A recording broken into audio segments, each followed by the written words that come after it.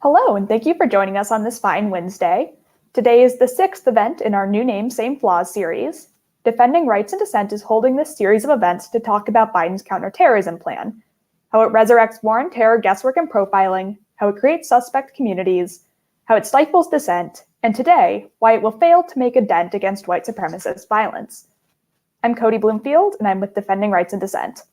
Today, we're lucky to have Mike German to join us to talk about white supremacist violence. White supremacist violence is nothing new, which means we have information about what works and what doesn't. But as Mike German has frequently commented on, the Biden administration doesn't appear to be paying attention. He's here today to tell you all in the Biden administration about what's really going on with white supremacist violence. He's currently a fellow with the Brennan Center's Liberty and National Security Program. In the 1990s, he was an FBI special agent who infiltrated white supremacist groups and right-wing militias, among others. And he's also served as policy counsel for the ACLU, taught at National Defense University, and written a book called Discredit and Divide, How the New FBI Damages Democracy. In his spare time, he's testified before Congress. So, Mike, we're really excited to have you here today. Thank you so much for joining us. Thanks, Cody. I appreciate it. All right, jump straight into it. When you worked at the FBI, you infiltrated neo-Nazis and skinhead groups and other white supremacist organizations. Can you talk about what you did as an FBI special agent and about what you learned about white supremacist violence? So I learned quite a bit about the white supremacist movement, and particularly about how the violent fringe of the movement works. And I think that's what the government critically gets wrong, is they assume that the ideological side of the group that's out there proselytizing and having meetings, it leads to the violence, rather than understanding that many of the people who are attracted to the violent fringe of the movement are attracted because of the violence. They're people who are violent already, have a history of violence, or people who want to justify their desire to use violence. And that distinction was lost when the government resurrected this concept of terrorist radicalization, which posits that the trajectory people take is first they adopt ideas, they engage in advocacy around those ideas, and then they become violent. And many of the ways government has approached, both Department of Homeland Security and the FBI has approached counterterrorism, has been to focus on the advocacy side of these groups, looking to identify speech or association that they use as a proxy for violence. And as much as I learned about white supremacists and far-right militant groups and terrorism in general and how it works, I also learned how our government can do it right and how often it chooses to do it wrong. And post 9/11, unfortunately, that approach took precedence. Thank you. Yeah, that's super interesting that the government seems to be going after supply side information when it's a chicken and egg situation with violence and ideology. So just to put it super bluntly, Biden keeps insisting that his counterterrorism plan will actually go after white supremacists. So why won't it actually protect us against white supremacist violence? Many reasons, partly because it seeks to empower law enforcement without specifying who is being targeted with these new powers, new authorities, new resources. So you'll see this clever juxtaposition of language when, for example, FBI officials or Justice Department officials are asked about what they're doing about white supremacist violence, or far-right militant violence. They'll alter their language and talk about what they're doing about domestic violent extremism. Well, what we've seen in the past is that the government, the FBI and Justice Department and DHS prioritize in their domestic violent extremism or domestic terrorism programs groups that are not nearly as violent as white supremacists. For the longest time, the FBI said that eco-terrorism was the #1 domestic terrorism threat, even though there's not a single homicide related to extremist activism in the United States, where white supremacists and far-right militants regularly kill people, regularly engage in the type of deadly violence that fits the definition of domestic terrorism under the statute Congress passed. Yeah, there's a really frustrating both sidesism just that see throughout this. Like they have yeah, exactly. And it was fascinating because Congress was attempting to get the data that we could look objectively at which groups were most active and most violent, and which groups that the FBI directed its resources toward investigating. And that started in 2017 with Senator Durbin's Domestic Terrorism Prevention Act that requested data on both sides of the ledgers. For every category that the FBI had, the FBI then had a category for white supremacists, a separate category that they invented called Black identity extremism, which doesn't really exist. There's no such movement. Categories for animal rights and environmental rights activists, category for far-right militias, a category for abortion-related violence. But instead of addressing or providing that information, so it was asking for all the incidents for every category and then the number of investigations for every category. And that would show whether the resources were being properly directed towards the correct, objectively more active and violent groups. Instead, the FBI collapsed its categories.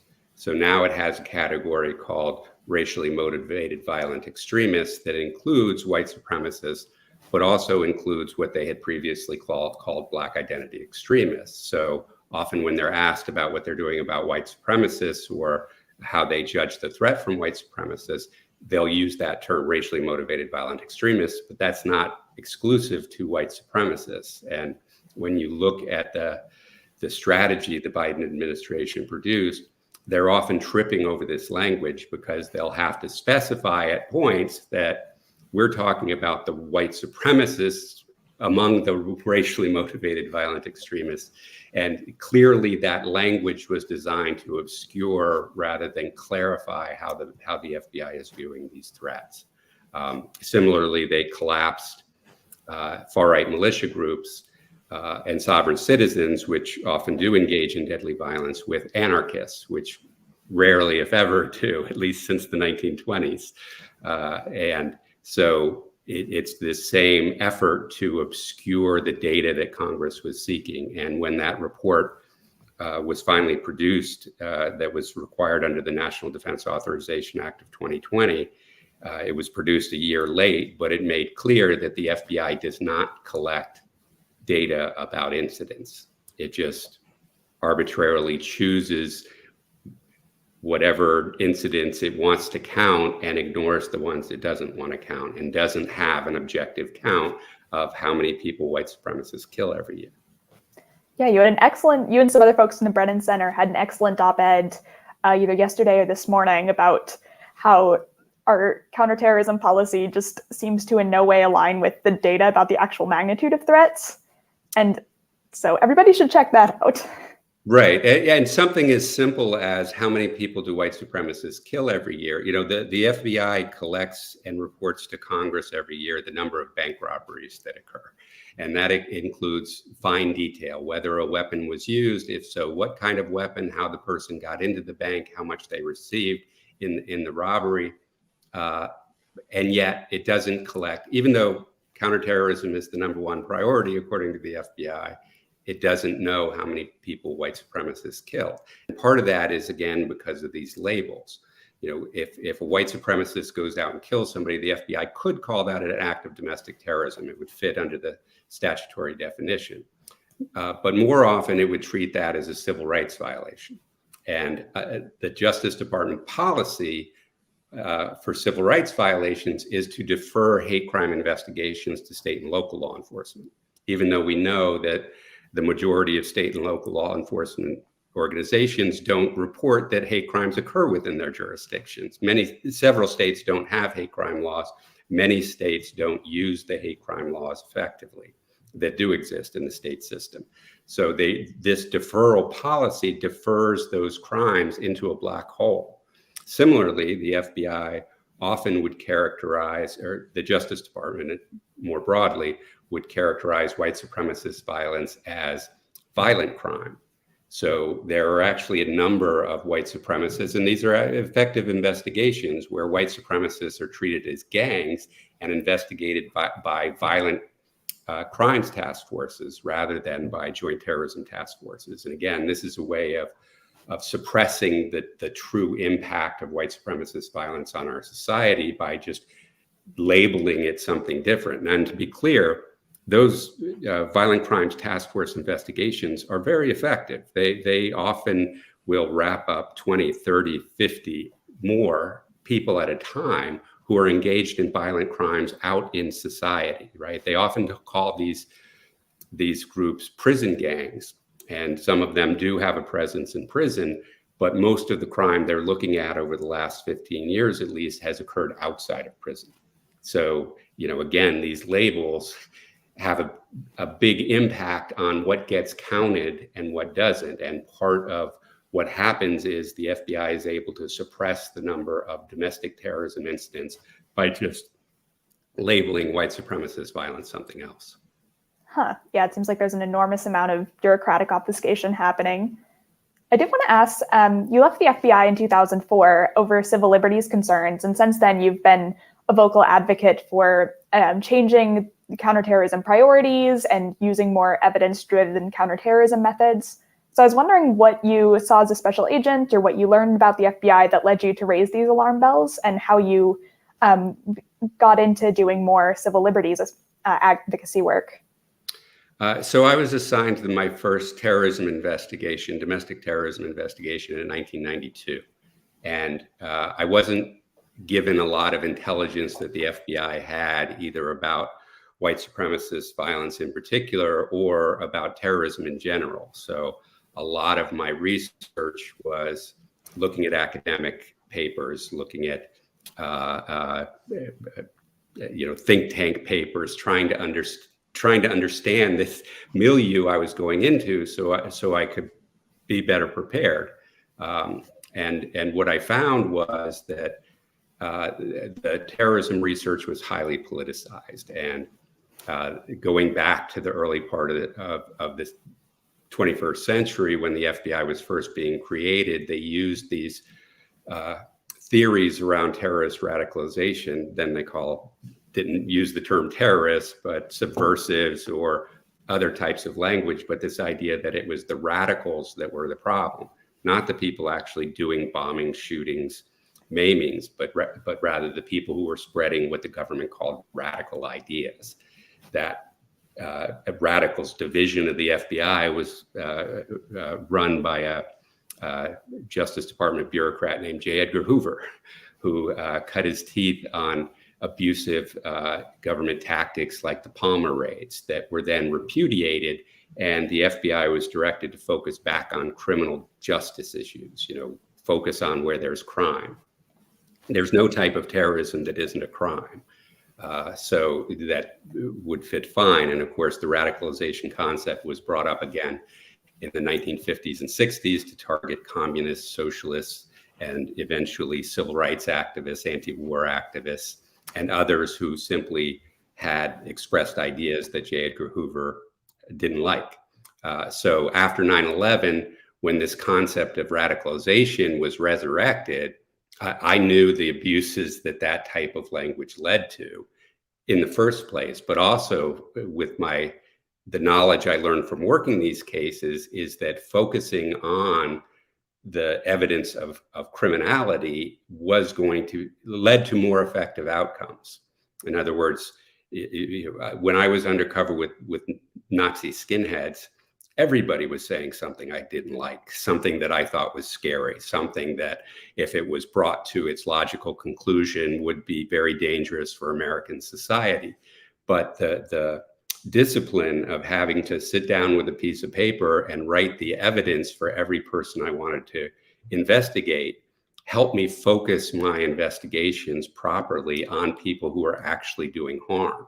And, I told this story before, but it really came to light in a late 90s investigation targeting an anti-government militia group, a far-right militia group, that during the trial, a lot of supporters of the militia group were there. And one of the people who sat through a 6-week trial came up to me afterwards and asked to shake my hand and told me, I sat through the trial, I saw the evidence. These people were going to hurt somebody, and that would have been very damaging to my movement. So I appreciate what you did as an FBI undercover agent. So here's somebody who's engaged in this anti-government propaganda, thanking an FBI undercover agent for infiltrating like-minded individuals who were going to do harm. And that reinforced the idea that being able to watch that criminal trial gave him the confidence that, number one, these people were guilty of what they were accused of, but number two, that his ability to continue advocating for whatever he wanted was protected. And that, to me, is effective counterterrorism. Yeah, you've written a lot about where counterterrorism collides with civil liberties. You've written about how in World War I, the word of the day was sedition, which was just about any dissent to the war. Then we get J. Edgar Hoover, who's talking about any left-leaning groups as Bolshevists and subversives. And then we get to the war on terror. We get Islamic extremists as a catch-all term. And I was wondering if you could talk a bit about the through lines you see between these periods and what that should tell us about the dangers of ideological profiling and policing. So, again, with this post 9/11 resurrection of this language, it was interesting because at first they would use the word radicals, and that was landed on Americans' ears, so reminiscent of COINTELPRO that there was some initial objection from the public. So they pivoted to this concept of violent extremism, which is much more difficult to define and a little more nebulous, but it didn't have that historical negativity associated with it. But it meant the same thing to them. Again, the idea that the people who the government was calling extremists, who were spreading ideas or engaging in speech and associating with like-minded groups, were the threat. That the threat wasn't the much smaller number of people who were actually causing harm. And I talk about in the book how this concept of Muslim extremism that the reactionaries in the government have for 8 years vilified the Obama administration for not saying Islamic extremism or Islamic radicalism, when that terminology is designed to confuse a lot of issues, right? That it lumps together any Muslim or Arab bad actor into one big lump, as if they're all acting in concert and all have the same political goals and all use the same tactics, when the goals of Al-Qaeda and ISIS and Hezbollah and Hamas are not the same, and they aren't the same groups, and they don't work together. And obviously, when the conflict in Syria occurred, you saw Al-Qaeda groups fighting ISIS groups, fighting Hezbollah groups, which reinforced the idea that by putting them all together, we're misleading ourselves about what the real threat is, and we're amplifying concerns where there might be other tactics that we can use to focus on the people who are doing harm and to understand the dynamics of the local politics in the Middle East to better implement U.S. policy, where just using this term Muslim extremists or Islamic jihadists or whatever these terms that they were using, that was this umbrella term that was designed to make a lot of different things look similar, when really the only similarity was that they were Muslim or Arab. So, what that then did, combined with the radicalization theory, is help the government justify targeting Muslim communities broadly, because that was the group that they claimed was, quote unquote, vulnerable to recruitment or at risk communities. So the idea was that the security agencies were being kind to these communities. We're helping them because they're at risk, rather than what it really was a surveillance program targeting these communities because they were being treated as suspect just because of their religious activities. Yeah, it seems like it should be such a reasonable ask to have the national security state investigate things that are crimes and not miscellaneous ideas it's decided are dangerous. And yet, and again, you don't have to guess what the outcome is going to be, right? We lived through the period of demonizing anarchists in the early part of the century. We lived through COINTELPRO. We know how those programs were both ineffective as national security programs, ineffective as law enforcement programs, but also abusive of innocent people. And it makes sense, right? If we know that the vast majority of people that the government deems radical under whatever category aren't going to commit violence, and only a handful of them are, and that handful may not actually be so invested in the ideology, it seems a complete waste of resources to target innocent people. And that's where the civil liberties violations occur. And of course, part of the counter-radicalization, countering violent extremism, now called community partnerships and prevention, targeted violence prevention. These labels change under the Biden administration. It is CP3, community partnerships, prevention. And what's the third P? I can't remember off the top of my head. But it's just changing labels, right? The Obama administration had countering violent extremism. The Trump administration changed the name to targeted violence and terrorism prevention, and now it's CP3. But the methodologies are all the same. Putting out this false information to the public about terrorist radicalization, or what they now call identification of online narratives that promote violence. Yeah, Biden came out with the CP3 program, and he's like, well, great, we've discovered a new program to combat white supremacist violence. And all the Muslim organizers were like, well, actually, this has been around since Obama. So, right, and keep in mind that they used the public's concern about the apparent rise in white supremacist violence, but pivot the language to something more general. So again, they haven't changed their policies that deprioritize white supremacist violence within the domestic terrorism program. So if they're not going to change the policies and they're going to be empowered in this program area, the result is going to be more aggressive investigations of people who are engaged in activism rather than white supremacists who are engaged in violence. There's no type of white supremacist violence that's legal in this country, right? If the Justice Department was truly interested in targeting violence, we could see them doing that very easily. And even with these latest DHS warnings, where they warn about possible extremist violence coming out of, whether it's the 9/11 anniversary or the internet rumors that Trump is going to be reinstated, that has a potential to create violence. Well, as a law enforcement officer, what do I do with that information? Right?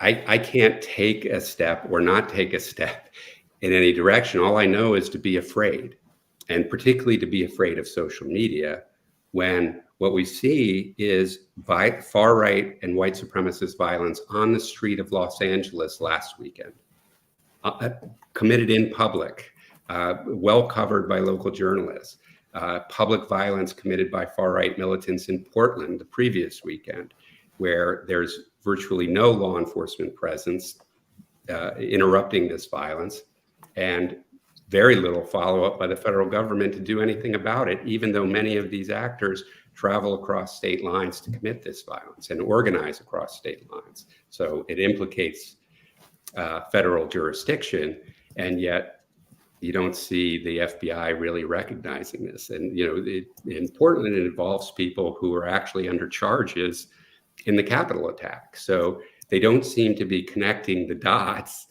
just that they could connect if they just looked at the violence. Don't worry about what people are saying on social media. When we have people committing violence on the street, you have to address the violence first. And to be fair, the Attorney General, when he announced the Biden domestic terrorism strategy, did say they would focus on the violence. But if you look at the strategy, it doesn't make clear how that is going to occur, where most of the document is focused on being more aggressive in looking at social media. Yeah, we like the combination of bureaucratic obfuscation and linguistic gymnastics just mean that so much of this is vague and seems very complicated for your average person trying to interpret this. And so we just get slotting in of who they picture as a terrorist, which, spoiler alert, isn't generally white supremacists. Right. We got a really interesting question on the website from John Floyd. They were wondering if you could explain CVE's community outreach and intelligence gathering within Muslim communities, and they were curious about whether these types of programs have been targeted against white supremacists. So the Countering Violent Extremism program was an Obama administration initiative carried out by the FBI, Department of Justice, U.S. Attorney's offices, and Department of Homeland Security. All had different elements of this program. It had grown. It was a formalization of ad hoc programs. At one point at the FBI, they were called mosque outreach programs, also community outreach programs. But what they were using the guise of community outreach to do intelligence collection and informant development. So CVE formalized it in a way that basically DHS and the Justice Department and U.S. Attorney's Office and FBI would provide training to select people within the Muslim community, whether these were religious leaders or community leaders or teachers or social workers or others, with a list of what they called indicators of violent extremism. And these were supposedly the clues that would let them know, let this person in the community know that this person needed to be reported to law enforcement or directed to some kind of intervention. But the indicators were extremely broad, often involved Muslim religious activity. They would suggest that people who went to the mosque more often were more dangerous. People who grew a beard, people who shaved their beard, people who wore Muslim garb, people who joined Muslim advocacy groups, and people who expressed grievances against the government. So what this program was really about was suppressing political organizing in the Muslim community and fracturing the Muslim community and make them concerned about each other, right? This was on top of the FBI sending informants into mosques and other religious spaces, and otherwise treating the community as suspects, so that everybody became concerned that somebody else was spying on them, and that people who were collaborating with these government programs were then seen as problematic, and people who refused to participate in these programs were seen as the suspect pool, because that's expressing attitudes against the government. So these programs were completely ineffective in actually preventing any kind of violence, but also just seriously damaging to the community. And at the time, under the Obama administration, one of the major complaints was that it was specifically focused on the Muslim community and not white supremacist communities and others. And there was a line that they would often use that shows the improper thinking in how they use these programs. Is they would say, well, the problem is neo-Nazi communities won't meet with us. And so that's why we target Muslim communities, likening Muslim communities to neo-Nazi communities. Al-Qaeda and ISIS wouldn't meet with Department of Homeland Security either. But they were suggesting that the Muslim community is somehow in league with ISIS and Al-Qaeda. So that, just that mindset, I think, showed how they were treating the Muslim community as suspect. So, I doubt seriously that under the new program that is now supposedly not focused on Muslims, but more general, that anybody's going to be going into a Christian church the way they went into a mosque and say, you need to help us identify the Ku Klux Klansmen who burn crosses in this area. They're Christians, or at least they claim to be. You must know them. You must be able to identify them and separate them from the good Christians and tell us who the bad Christians are, right? That would never happen because it's completely inappropriate. But that's the tactic they used in the Muslim community. Yeah, earlier in the series, in our second event, Fatima Ahmad came on, and she had just depressing and very insightful testimony about how this affected Muslim communities. And it's just so frustrating how often the vocabulary of terrorism is just a facially neutral proxy for Muslim. Right. And keep in mind, one of the other outcomes of the embrace of this radicalization theory was the FBI would determine that somebody who was expressing ideas they didn't like or associating with somebody they didn't like was on the pathway to becoming a terrorist. So the FBI wouldn't want to wait for them to become a terrorist. Of course, they would instead interact or inject informants or FBI undercover agents to push them along this mythical pathway by providing resources, providing political or religious justification, pretending to be a terrorist group saying, we want you to do this act, and then providing all the resources to do the act, only to arrest them to get a statistical accomplishment in the counterterrorism program. And unfortunately, we're seeing that methodology now migrate to white supremacists. So rather than focusing on solving these violent crimes that have already occurred or infiltrating the groups that are engaging in violent crime to prevent future violent crime, what we see them doing is using this same tactic, targeting people who say something online and then manufacturing plots to justify an arrest. And that's problematic because it doesn't address the problem. When they were focused on terrorism committed by Muslims, we're a very fortunate country that doesn't see much foreign terrorism in the US. That's not the case with white supremacist violence. There is plenty of white supremacist violence, much of it unpoliced. So by ignoring the imaginary possibility, or not imaginary, the possibility of some future crime committed by a Muslim person to focus on these manufactured sting operations, didn't have the same negative consequences as ignoring white supremacist violence that's already occurring on a regular basis so that you can do these sting operations. So it's even more problematic in its current application that targets more broadly. Yeah, and I wanted to ask you about one other dimension of this.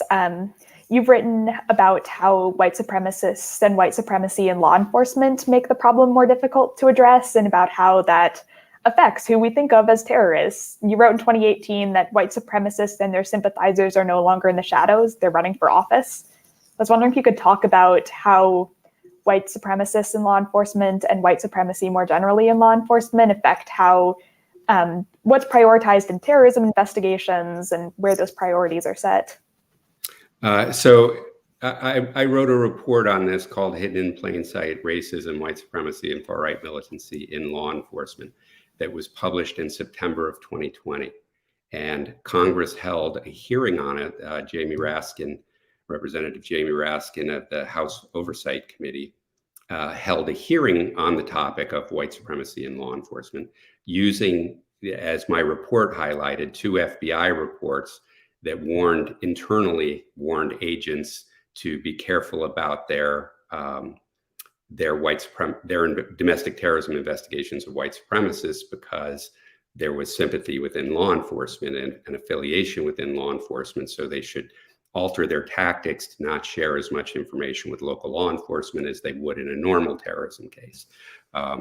And because we were highlighting these FBI reports, Representative Raskin wanted the FBI to come and update the documents that he had, which was a 2006 document and a 2015 document from the FBI.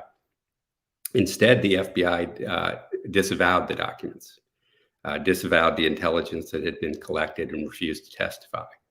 Of course, on January 6th, we saw a number of current and former law enforcement officials, and as you quote that line, even elected representatives from around the country who were participating in the riot and in fact engaged in criminal acts, many of them. So shortly after that, a February FBI memo leaked that was warning of the same issue, that there is evidence that there is white supremacist and far-right militant infiltration of law enforcement.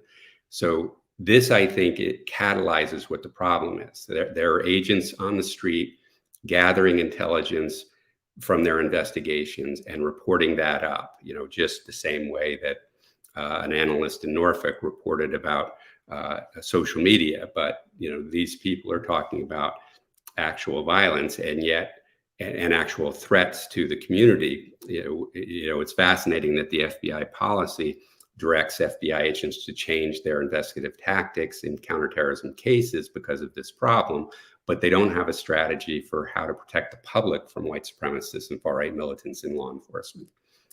So it shows the problem that managers in the FBI, even when they receive timely and accurate intelligence, if it doesn't fit their policy priorities, it gets ignored and even disavowed in this case.